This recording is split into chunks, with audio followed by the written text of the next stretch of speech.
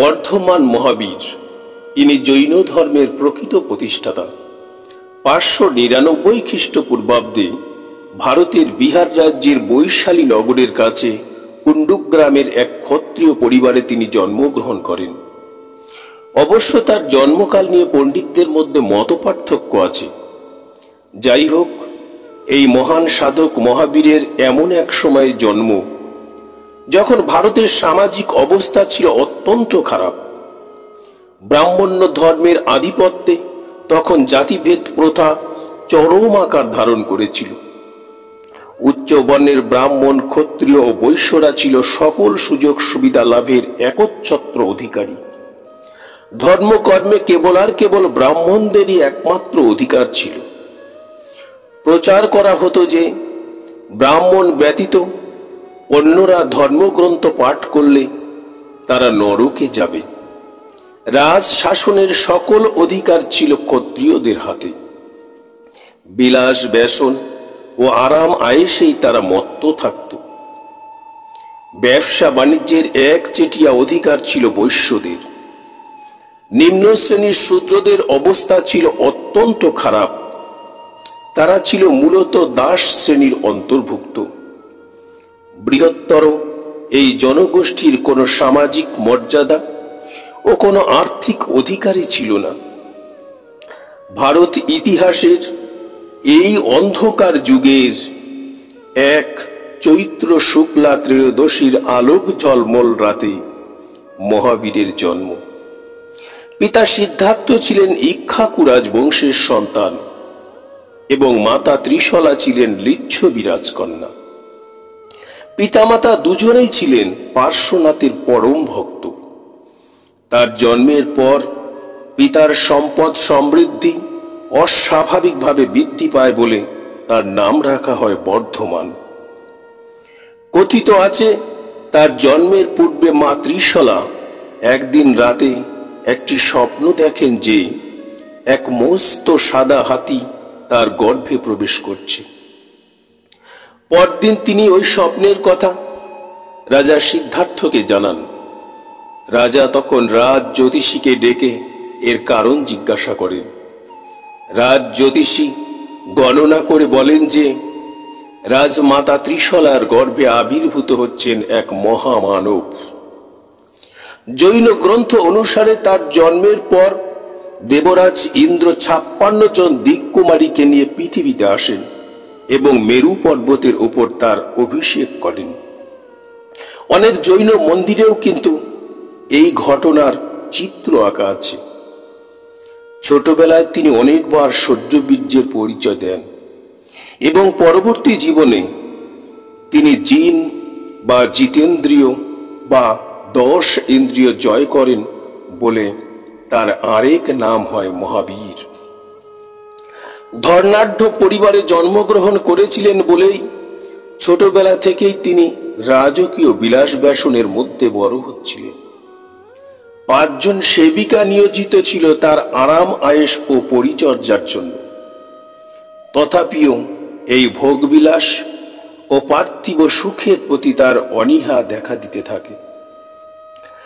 সংসার, ধর্ম ও ভোগ বিলাসের বাইরে তিনি প্রত্যক্ষ করলেন এক সত্য জীবনের উজ্জ্বল আলোক শিখা।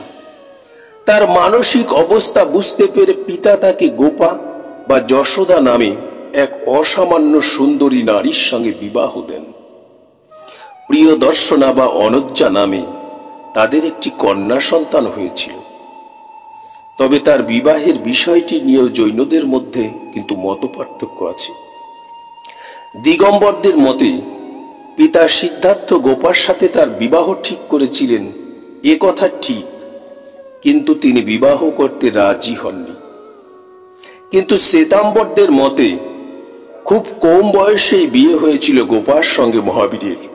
এই মতটি বেশিরভাগ পণ্ডিত সঠিক বলে মনে করেন। যাই হোক, বিবাহের পরই তার মানস জগতে বৈপ্লবিক পরিবর্তন আসে। তিনি সংসারের অনিত্যতা সম্পর্কে ধারণা করতে থাকেন। পিতার মৃত্যুর পর মাত্র 30 বছর বয়সে তিনি রাজকীয় সুখ, স্বচ্ছন্দ বাড়ি, স্ত্রী, কন্যা ত্যাগ করে বেরিয়ে পড়লেন পথে। আধ্যাত্ম জ্ঞান লাভের জন্য নিলেন সন্ন্যাস, চলে গেলেন গভীর অরণ্যে। প্রথমে একটি অশোক গাছের নিচে তিনি ক্রমশ এমন গভীর ধ্যানে মগ্ন হলেন যে আহার, নিদ্রা, পোশাক পরিচ্ছদ সমস্তই ধীরে ধীরে ত্যাগ করলেন। আচারাঙ্গ সূত্র থেকে জানা যায় যে তিনি কি কঠিন পরিস্থিতি ও অপমানজনক অবস্থার সম্মুখীন হয়েছিলেন। এইভাবেই 12 বছর কঠোর তপস্যার পর 43 বছর বয়সে জিন্তিকা গ্রামের রিজুবালিকা নদীর তীরে এক শাল গাছের নিচে শেষ পর্যন্ত তিনি সন্ধান পেলেন পরম সত্যের। অরণ্যের গভীর নির্জনতায় তিনি সিদ্ধি লাভ করলেন কৈবল্য বা সর্বজ্ঞান।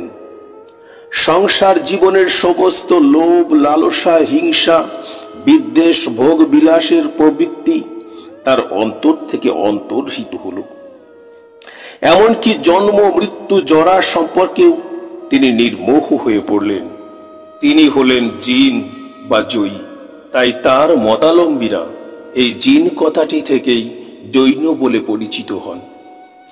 জৈন গ্রন্থ উত্তর পুরাণ ও হরিবংশ পুরাণ থেকে এই ঘটনার বিশদ বর্ণনা পাওয়া যায়। আচারাঙ্গ সূত্র গ্রন্থে মহাবীরকে সর্বদর্শী বলে বর্ণনা করা হয়েছে। জৈনদের বিশ্বাস তার শরীর সর্বাপেক্ষা বেশি শুভ বা পবিত্র। তাই জৈনরা তার দেহকে পরম সৌদারিক শরীর বলে মনে করেন। অসীম জ্ঞান অর্জনের পর নিজের মত প্রচার করতে তিনি সারা ভারত পরিভ্রমণ করেছিলেন। জৈন গ্রন্থ অনুসারে তার প্রথম শিষ্য ছিলেন 11 জন ব্রাহ্মণ, যাদের বলা হতো একাদশ গণধর। এদের নেতা ছিলেন ইন্দ্রভূতি গৌতম। এরাই মহাবীরের মৃত্যুর পর তার ধর্মমতকে মানুষের কাছে পৌঁছে দিয়েছিলেন। কল্পসূত্র অনুসারে তার সন্ন্যাসী শিষ্যদের বলা হতো সাধু এবং সন্ন্যাসী শিষ্যাদের বলা হতো সাধ্বী। গৃহী শিষ্যদের বলা হতো শ্রাবক এবং গৃহী শিষ্যাদের বলা হতো শ্রাবিকা। জৈন মতবাদ অনুসারে মোট 24 জন তীর্থঙ্কর বা প্রচারক এই ধর্ম প্রচার করেছিলেন, যার মধ্যে প্রথম ছিলেন ঋষভনাথ বা রাজা ঋষভ। তিনি প্রথম জৈন মত প্রচার করেন। 23তম তীর্থঙ্কর ছিলেন কাশীর জনৈক রাজপুত্র পার্শ্বনাথ বা পরেশনাথ। কিন্তু মধ্যবর্তী 21 জনের পরিচয় সম্পর্কে তেমন কিছুই জানা যায় না। বলা হয় যে মহাবীর পার্শ্বনাথের উপদেশাবলী অনুসরণ করে তার ধর্ম প্রচার করেছিলেন।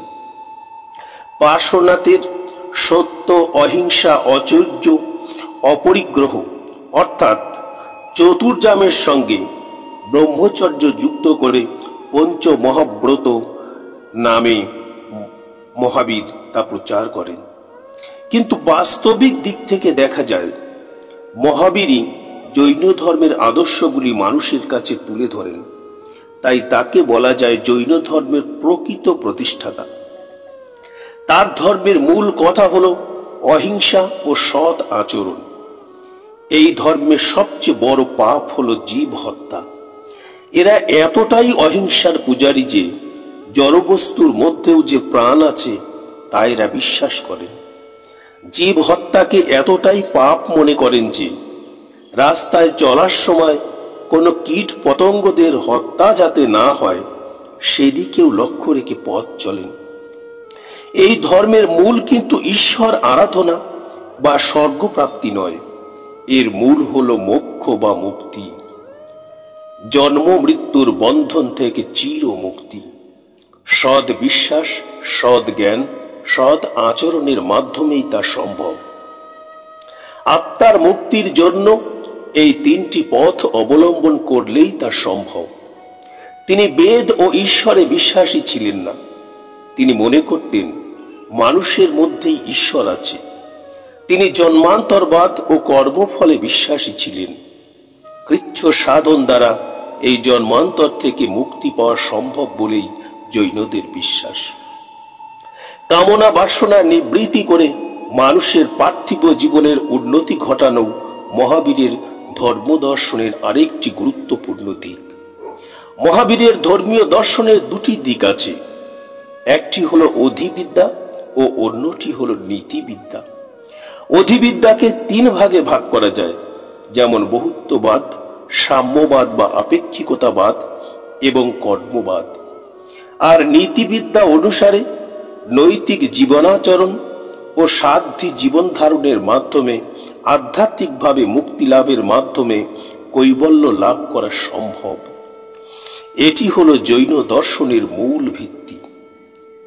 শেষ জীবনে তিনি সারাক্ষণ বনে বনে ঘুরে বেড়াতেন, কোন স্থানে এক রাতের বেশি অতিবাহিত করতেন না। কথিত আছে, রাস্তায় পথ চলার সময় তিনি রাস্তা ঝাড় দিতে দিতে চলতেন, যাতে তার পায়ের চাপে কোনো কীট পতঙ্গ যেন মারা না যায়। মোক্ষ লাভের পর 30 বছর ধরে ধর্মপ্রচারের পর শ্বেতাম্বরদের মতে 527 খ্রিস্টপূর্বাব্দে এবং দিগম্বরদের মতে 468 খ্রিস্টপূর্বাব্দে এক কার্তিক অমাবস্যার রাতে অর্থাৎ দীপাবলির রাতে বর্তমান বিহারের পাবাপুরীতে 72 বছর বয়সে তিনি অনশনে স্বেচ্ছা মৃত্যুবরণ করেন। তাই জৈনরা এই দীপাবলি উৎসবকে অন্যতম পবিত্র উৎসব হিসাবে পালন করে। কথিত আছে, যেদিন তিনি দেহত্যাগ করেন সেদিন তার প্রধান শিষ্য ইন্দ্রভূতি গৌতম সর্বজ্ঞতা লাভ করেন। তার দেহত্যাগের পর জৈন ধর্মের আচার আচরণ নিয়ে জৈনদের মধ্যে মত পার্থক্য দেখা দেয়। খ্রিস্টপূর্ব 4th শতকে উত্তর ভারতে এক ভয়াবহ দুর্ভিক্ষ দেখা দেয়। তখন ভদ্রবাহুর নেতৃত্বে জৈন ধর্মের বহু মানুষ দক্ষিণ ভারতে চলে যান। এরা মহাবীরের অনুশাসনগুলি কঠোরভাবে পালন করে উলঙ্গ থাকতেন বলে তারা দিগম্বর নামে পরিচিত হন। আর যারা উত্তর ভারতে রয়ে গেলেন তারা শ্বেত বস্ত্র পরিধান করতেন বলে এরা শ্বেতাম্বর নামে পরিচিত হন। এইভাবেই জৈন ধর্ম দুই ভাবে বিভক্ত হয়ে পড়ে। যাই হোক, মহাবীর ও তার জৈন ধর্ম একদা ভারতের অনেক বিখ্যাত রাজা ও লক্ষ লক্ষ অনুগামীকে যে মুক্তির পথ দেখিয়েছিল তাতে সন্দেহ নেই। রাজা বিম্বিসার, অজাতশত্রু, চন্দ্রগুপ্ত মৌর্য প্রমুখ এই ধর্ম গ্রহণ করেছিলেন।